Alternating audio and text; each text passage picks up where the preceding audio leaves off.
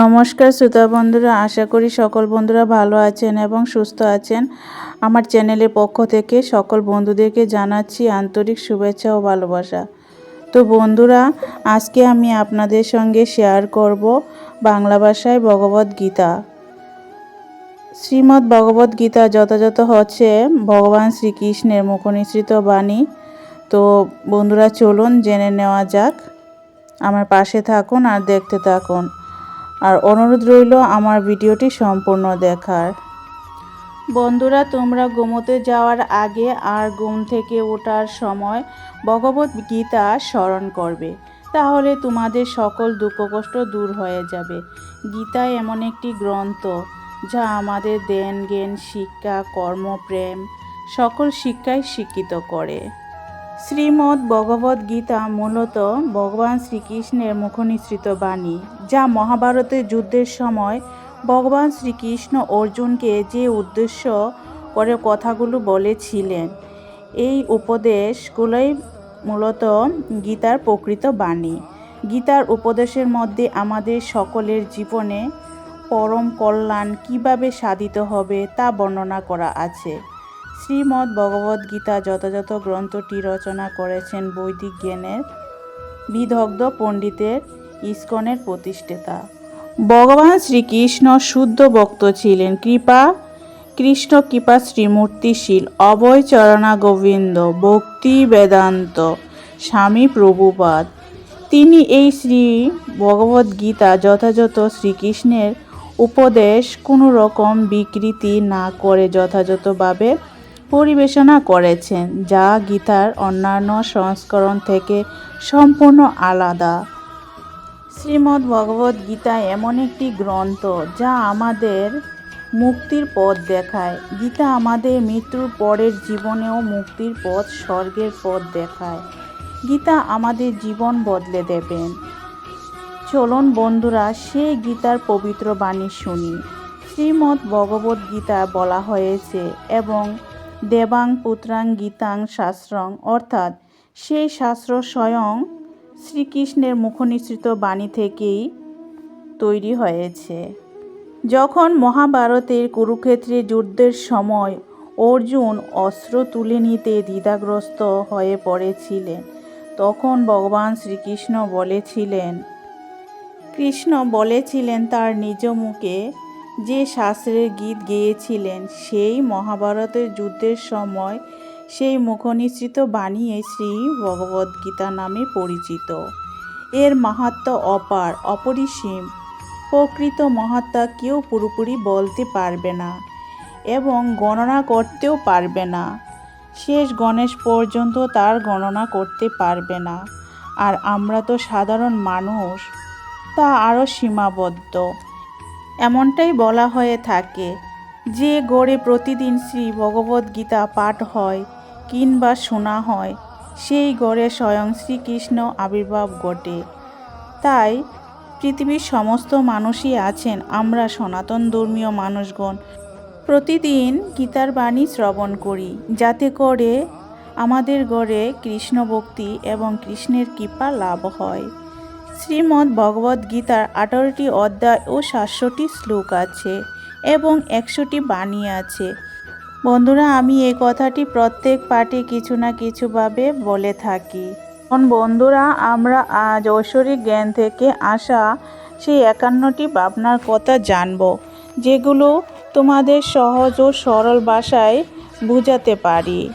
আর আমাদের পূর্ণ বিশ্বাস, প্রতিদিন এই ভাবনাগুলি শ্রবণ করলে আমাদের জীবনে বর্তমান ও ভবিষ্যৎ সমস্ত সমস্যা থেকে মুক্তি লাভ হবে। চলুন আমরা জেনে নিই শ্রী ভগবদ্গীতার 151টি ভাবনার দিক এগিয়ে চলি এবং সেগুলিকে আমাদের জীবনে নিয়ে আসি। শ্রীমদ্ ভগবদ্গীতায় আপনার জীবনে কি সমস্যা আছে বা কি সমস্যা রয়েছে? অবশ্যই সমস্যা থাকবে, প্রত্যেক জীবনেই সমস্যা থাকে। কিছু না কিছু মানুষের সমস্যা থাকেই। প্রত্যেক মানুষকেই জিজ্ঞাসা করে দেখবেন এই সমস্যাগুলি আসলে কি আর কেনই বা আসে। সমস্যা আসলে কি? যে আপনার জীবনে সমস্যা সৃষ্টি করে, বরং সমস্যা হলো সেটাই যখন আপনি দেখতে পান আপনার লক্ষ্য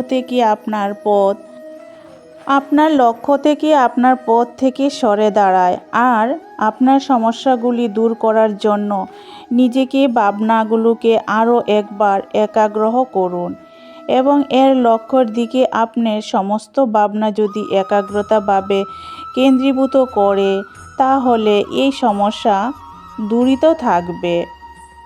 যদি এরকম না হয়, যদি আপনার মন অন্যদিকে চলে যায়, এই সমস্ত সমস্যাগুলো আবার সামনের দিকে চলে আসবে আর বাড়তেই থাকবে।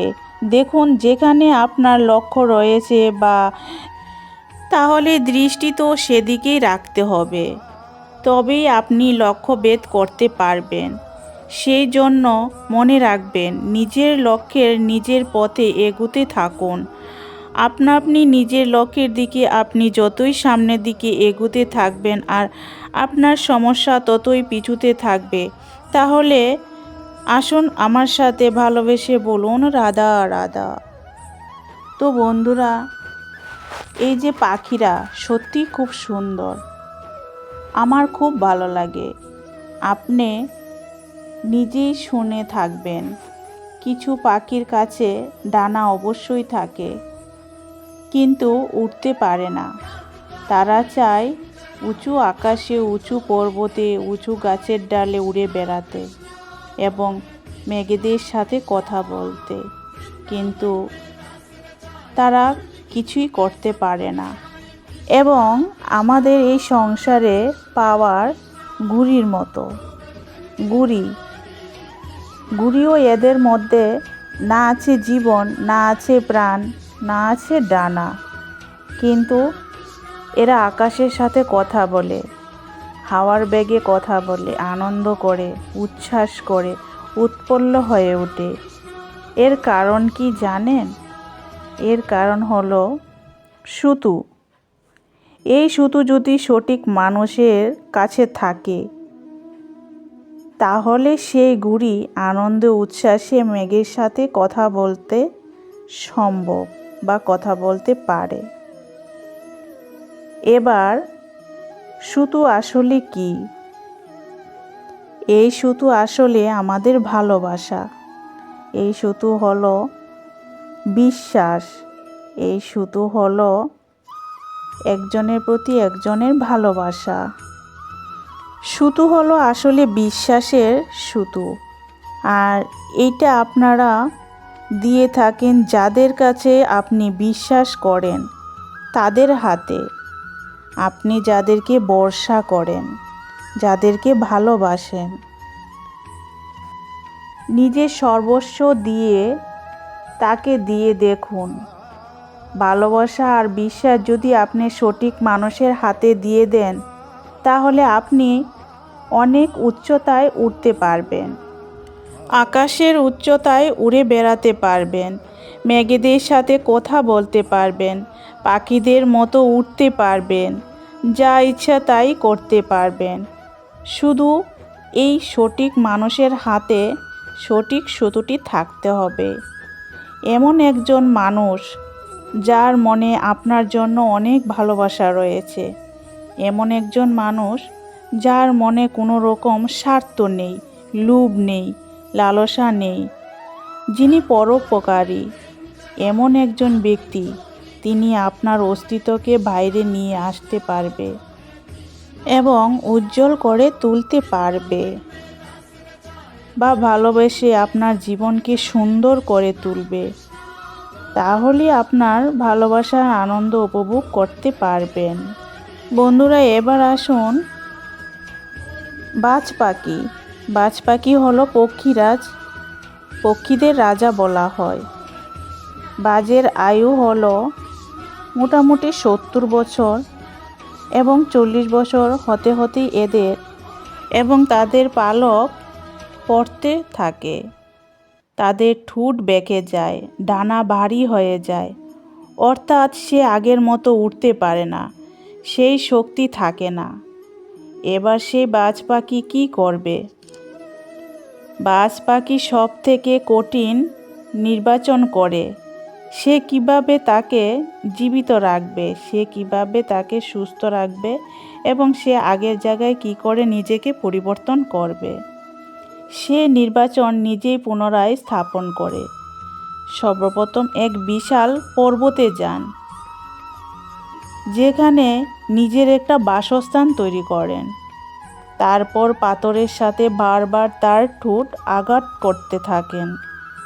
তারপর সেই ঠোঁট ভেঙে গেলে তারপরে সে অপেক্ষা করে সেই নতুন ঠোঁট পুনরায় ফিরে আসবে কখন, সেই আশায় অপেক্ষা করে থাকেন। তখন সে তার পালকের সাথে নিজের ভারী পালকগুলো এক এক করে ছিঁড়ে ফেলে।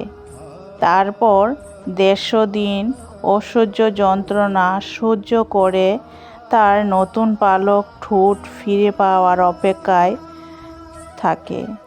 তারপর আবার সেই শক্তি ফিরে পায়। তারপর তার জীবনের বাকি ৩০ বছর বাঁচে। কি বুঝলেন বন্ধুরা? বন্ধুরা, এটাই বোঝাতে চাইছি যে যদি আপনার ইচ্ছা শক্তি থাকে তাহলে দুর্বলও শক্তিশালী হয়ে উঠতে পারে।